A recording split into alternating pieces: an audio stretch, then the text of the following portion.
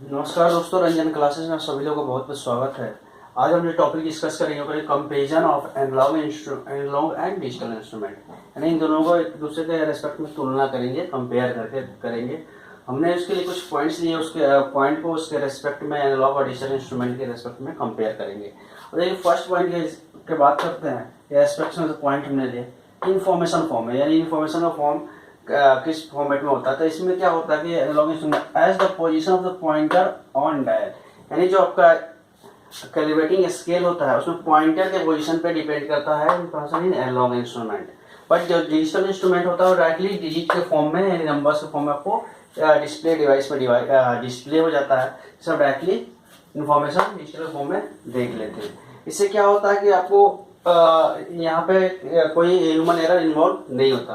तो देखिए possibility of human error इसमें एनालॉग इंस्ट्रूमेंट में इन्वॉल्व हुआ क्यों कि आपका जैसे पॉइंटर क्या कर रहा है, स्केल पे कैलिब्रेट हो रहा है। अगर आपको देखने में या कोई पर्टिकुलर आप देख रहे हैं, एग्जैक्ट रीडिंग नहीं देख के लिख रहे हैं, तो यहाँ पे क्या होगा, ह्यूमन एरर हो सकता है।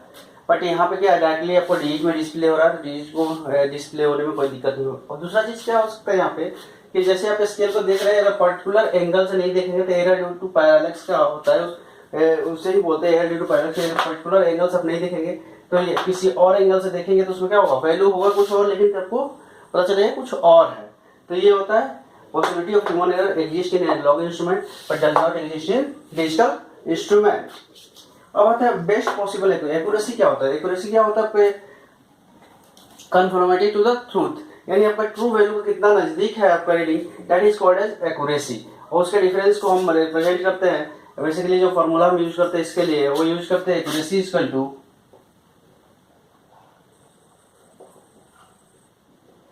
AM minus 80 upon 80 into 100। ये जो फॉर्मूला है बेसिकली परसेंटेज एक्यूरेसी के लिए, यानी AM आपका मेजर वैल्यू है, 80 आपका ट्रू वैल्यू है, और 80 ट्रू वैल्यू और मल्टीप्लाई बाय 100। तो अब क्या निकाल सकते हैं, एक्यूरेसी निकाल सकते हैं। तो अब देख रहे हैं यहाँ पे एक्यूरेसी है 0.25%, यहाँ पे एक्यूरेसी 0.005% या ग्रेटर इससे। यानी हम जनरल बात करें तो जो एनालॉग इंस्ट्रूमेंट है उसका एक्यूरेसी कम होता है as compare to digital instrument. इसका जो एक्यूरेसी होता है नियर अबाउट होता है 0.25%, बट इसका जो एक्यूरेसी होता है 0.005% और इससे ज्यादा होता है। तो यानी हमारा जो बेस्ट डिवाइस होगा एक्यूरेसी के टर्म्स में डिजिटल हो गया, यानी ये इसका जो रीडिंग होगा मैक्सिमम नियरेस्ट अप्रोच करेगा ट्रू वैल्यू का as compare to analog. Next point है रेजोल्यूशन।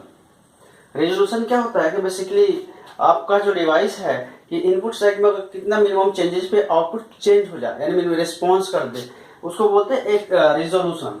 यानी यहाँ पे क्या है, रेजोल्यूशन है 1/100 सेवरल 100। यानी यहाँ पे अगर बात करें तो आपका जैसे 1/100 के सेवरल 100 की बात करते हैं, 1 पर अभी जनरली हम 100 ले लेते हैं, 700 100 200 कुछ भी हो सकता है। इसका जो वैल्यू निकालेंगे तो क्या आ जाएगा 0.01। यानी अगर किसी कोई एनालॉग डिवाइस है, मान लीजिए उसका जो कैपेसिटी है 1 एम्पियर मेजर करने का, यानी उसमें 0.01 एम्पियर का चेंजेस होगा, तभी ये डिवाइस आपको रिस्पॉन्स करके दिखाएगा कि आपके इनपुट साइड में चेंजेस हो रहा है। ठीक है, बट डिजिटल में देखिए 1 इन सेवरल 100 मतलब 100 तो सिंपली हम ले रहे हैं, और साथ में क्या 1000 1 2 3। यानी आप क्या देख रहे हैं, इसमें जो चेंजेस होंगे 0.00001, यानी इतना कम चेंजेस पे भी क्या होगा, उसका जो आउटपुट चेंज हो जाएगा, यानी वो डिवाइस जो आपका रिस्पॉन्स हो जाएगा। तो रेजोल्यूशन के टर्म्स में भी बात करें तो आपका जो डिजिटल इंस्ट्रूमेंट है वो बेटर है as compare to analog instrument.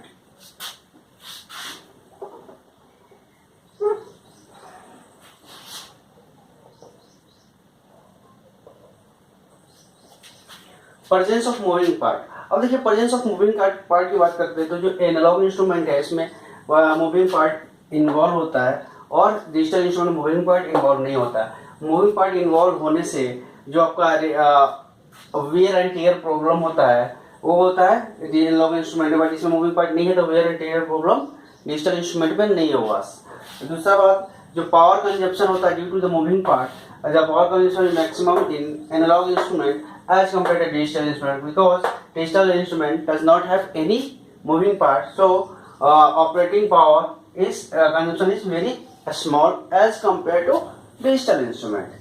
Construction की बात करते हैं। कंस्ट्रक्शन क्या है इसका? सिंपल होता है, direct reading type, can perform a unfavourable condition में भी ये आपका परफॉर्म कर सकता है। बट इसका जो कंस्ट्रक्शन होता है कॉम्प्लेक्स होता है, प्रॉपर इन्वायरमेंटल कंडीशन है। इसके लिए क्या है, एक प्रॉपर इन्वायरमेंटल कंडीशन रिक्वायर्ड होता है। प्रॉपर इन्वायरमेंटल कंडीशन रिक्वायर्ड नहीं होगा तो ये ऑपरेशन जो परफॉर्म करेगा वो एग्जैक्ट नहीं होगा, वो आपका रॉन्ग इन्फॉर्मेशन मिलेगा वहां से आपको। ठीक है, तो डिजिटल इंस्ट्रूमेंट के लिए एक प्रॉपर कंडीशन रिक्वायर्ड होगा। अब जनरली बात करते हैं डिजिटल कंपोनेंट या डिजिटल जैसे आईसी वगैरह की हम बात करें, तो जब भी हम डिजाइन करते हैं तो उसके लिए एक प्रॉपर टेम्परेचर होता है फॉर्मेशन के टाइम पे। अगर जैसे भी अगर टेम्परेचर कुछ भी वेरिएशन हो गया, कंडीशन में वेरिएशन हो गया, तो हमारा सारा ही क्या हो जाता है, वेस्ट हो जाता है। तो ऐसे बोल सकते हैं कि डिजिटल इंस्ट्रूमेंट का कंस्ट्रक्शन कॉम्प्लेक्स होता है एंड प्रॉपर इन्वायरमेंट कंडीशन इसके लिए रिक्वायर्ड है, कंपल्सरी है। Next, rate of change of parameters. जो पैरामीटर्स में चेंजेस होते हैं, तो आप देखिए डिजिटल एनालॉग इंस्ट्रूमेंट है तो उसमें एक स्केल बना होता है, इस टाइप का स्केल होता है, ये नीडल होता है आपका,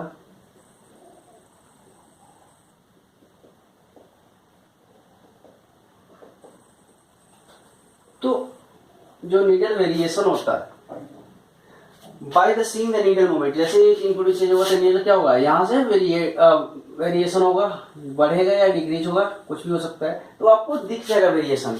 यानी by seeing the needle movement rate of change को आप देख सकते हैं, but no knowledge of change, यानी कोई चेंजेस का हम नॉलेज नहीं होता है, बट हम डायरेक्टली ऑब्जर्वेशन को देख के फाइंड आउट कर सकते हैं हाँ चेंज हुआ है। ठीक है, अगर फर्स्ट ऑब्जर्वेशन आपके पास है, देन आप सेकेंड ऑब्जर्वेशन देख के अगर उसमें डिफर आ रहा है तो आप बोल सकते हैं चेंजेस हुआ है। बाकी नीडल मूवमेंट इसमें तो क्या, नीडल अगर मूवमेंट कर रहा है तो नीडल मूवमेंट को देख कर हमारा जो रीडिंग है, रेट ऑफ चेंज पैरामीटर्स है वो चेंज हो रहा है। नेक्स्ट है time required to observe the reading, और रीडिंग ऑब्जर्व करने के लिए, फाइंड आउट करने के लिए time required. If exact reading is, analog में देखते हैं, if exact reading is required operator move time to guess the approximate tenth of the small division. यानी इसके लिए क्या है, क्या एग्जैक्ट रीडिंग चाहिए, तो अगर इस बीच में कहीं आ रहा है तो उसके लिए जो ऑब्जर्वर है उसको क्या चाहिए, प्रॉपर टाइम हो चाहिए, वो प्रॉपर कैलकुलेट करके आपको वैल्यू को फाइंड आउट कर सके, बता सके। और इसमें क्या है, डायरेक्टली डिजिट में चेंज हो रहा है, डिजिट में तो आप इजिली स्क्रीन पर देख के बता सकते हैं। तो जो इसमें जो क्या है आपका टाइम रिक्वायर्ड ऑब्जर्व करने के लिए कोई टाइम नहीं चाहिए, बट इसके लिए क्या चाहिए, इसमें टाइम चाहिए। अगर इन बिटवीन आ रहा है कहीं तो आपको कैलकुलेशन करेगा, कैलकुलेशन करके ऐड करके फिर आपको एग्जैक्ट रीडिंग बताएगा, बट इसमें ऐसा कुछ नहीं करना पड़ेगा। आप डायरेक्टली क्या करेंगे, स्क्रीन पे रीडिंग को देखेंगे और बता देंगे। तो इसमें जो होता है अब फास्ट और वेरी फास्ट हो गया, इसमें time required to observe reading is very fast, but is as compare to ये हो जाएगा आपका स्लो। तो ये आपका comparison of analog and digital में आप अपने साइड से ऐड कर सकते हैं कि इसमें एरर कितना होता है, एरर के टर्म्स में आप कर सकते हैं, आप साइज के टर्म्स में कर सकते हैं, उसका कॉस्ट के टर्म्स में भी ऐड कर सकते हैं। तो ये सारे पॉइंट आप अपने आप से भी ऐड कर सकते हैं। जो मेन पॉइंट है मैंने यहाँ पे 8 पॉइंट वो डिस्कस कर दिए। आशा करता हूँ कि comparison of analog and digital instrument आप लोगों को बहुत अच्छे तरीके से क्लियर हो गया। अगर वीडियो पसंद आए तो वीडियो को लाइक कीजिए, सब्सक्राइब कीजिए, शेयर कीजिए। आज के लिए इतना ही, धन्यवाद।